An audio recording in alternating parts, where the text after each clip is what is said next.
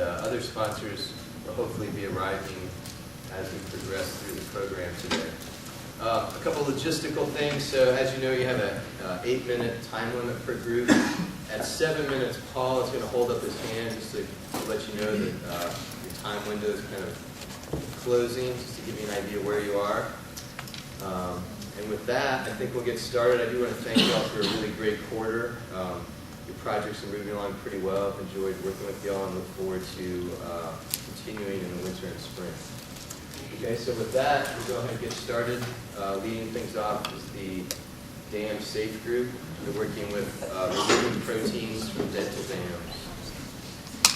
We're working with a digester design that's going to have supplementary heat provided by a solar panel. Before the group starts, I want to thank CC Ahoy and George as the sponsors, and then Tom Riker. It's also been a very important sponsor from the Solar Usage Now group. They have a solar panel product that the group plans on using, so thanks to those three gentlemen.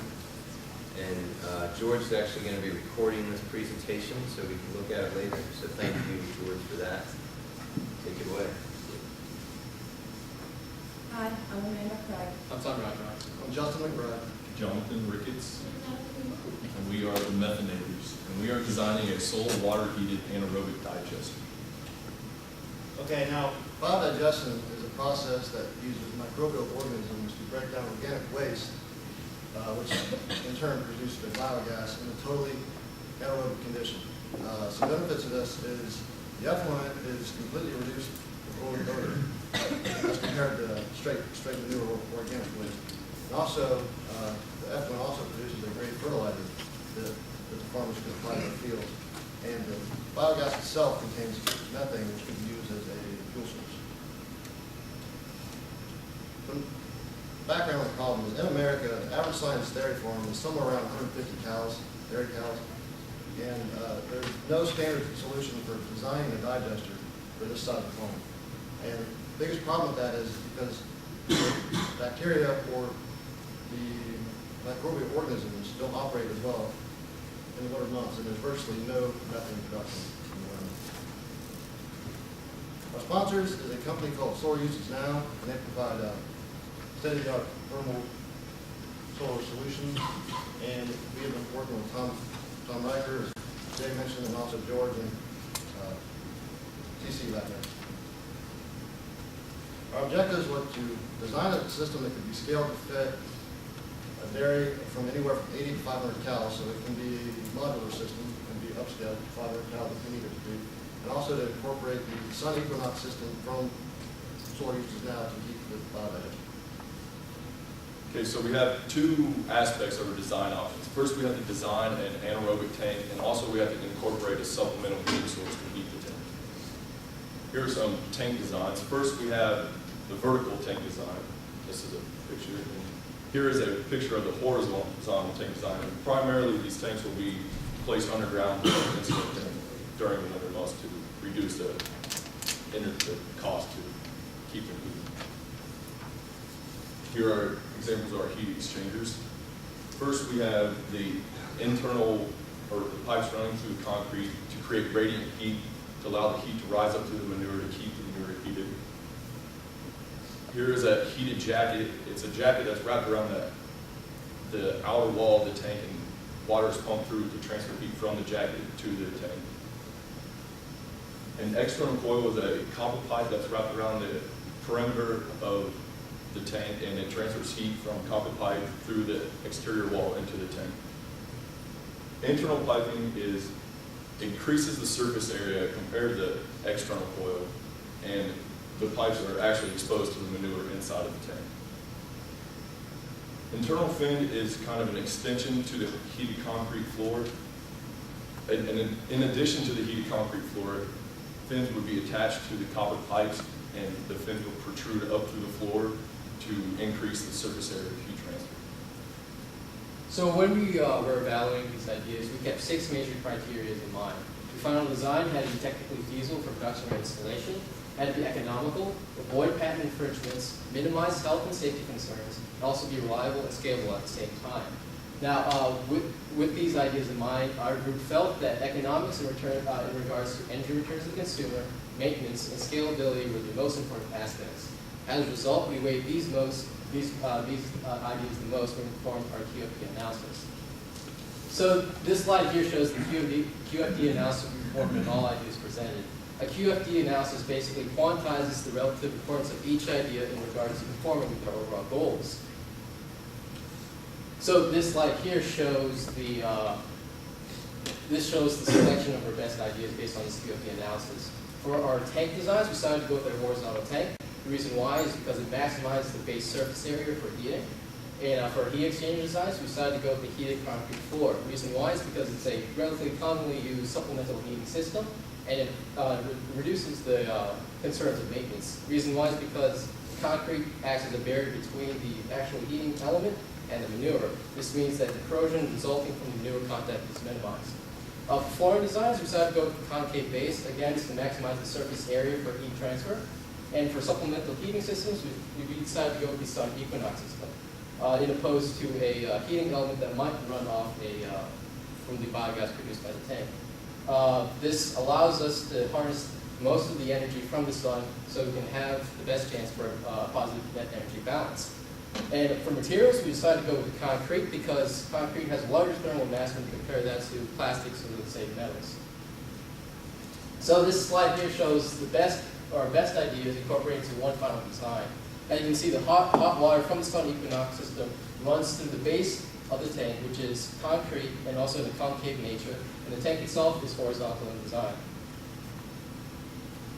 So this quarter we divided our labor up into a different group or different roles, and we all had positions. Amanda was our lead researcher, Justin was our communicator, Simon was our project manager, John was our chief designer, and then I acted as our group historian. So this past quarter, one of our initial milestones was meeting with our group sponsors, and then visiting the anaerobic digester at Lyman Farm. And then we also were able from that to focus our scope of our project down a little bit further, kind of change things around, and then present that at our IFA presentation today. And so for our future goals, we have as our schedule to include a field trip to maybe Dr. Martin's lab or to Booster, and then further develop and design our system and then present that in our work. Questions? Yes. Why would the bottom slope of your horizontal tank, why is there slope and why is it instead of flat? For the volatile solids, when they get inside the tank, for easy clean out, we want them to be concentrated at the outlet. So therefore a clean vac or something could be stuck down into the outlet and just sucked up out of the outlet of the tank. And also at the entrance, but we're slowly figuring out the volatile solids. The solid separation, which we designed at first, is probably not that great of an idea because the solids are what primarily produce most of the gas. Okay, I know the answer to this question, but it seems logical that other people might be wondering. So are you going to use the gas from the digester to power the Sun Equinox system? Not currently. We felt like that was out of the scope of our project for now, because the gas is volatile still, so it needs clean, and to be able to use in a burner and effectively heat the water. How long does it take the usability of the methane to overcome the price of installation? Well, that's going to be our topic for next quarter, because we have to analyze all the cost of materials we're going to use in this system. And know the volume of the manure that we're going to have to produce. Other questions for the solar digester team? Yeah, on your effluent or the target constituent levels that you're trying to reach, and if so, how are those established? Right now, we're just trying to produce as much biogas as we can. So we haven't really focused too much on that aspect. So you're not actually looking at the quality of the effluent? Not right now.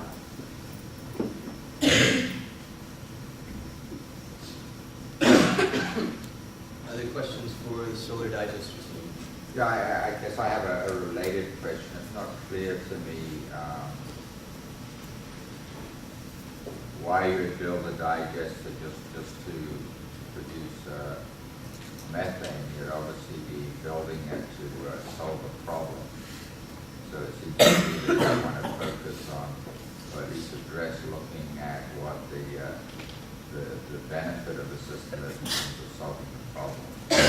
Our problem that was presented to us was to design a system that could produce biogas that could be used to heat dairy operations. So we felt that if we focus primarily on the production of biogas, that would, it would be the best way to solve this problem, of heating dairy farms. Well, then I would suggest that you add to what you're doing, looking at what the effluent requirements would be, and seeing whether you can design something that would also meet that requirement. Yeah, I think Andy has a good point. So, one of the main benefits that comes out of this is the energy reduction. That's going to hopefully sell it, but if you can tell a farmer or some other user that there's other benefits, like you mentioned at the beginning, odor reduction, water quality improvement, things like that, that'll just make it more appealing. And if you can quantify those, it's all better. Did I see one? Did you have a question? Okay. Okay, all right, thank you very much.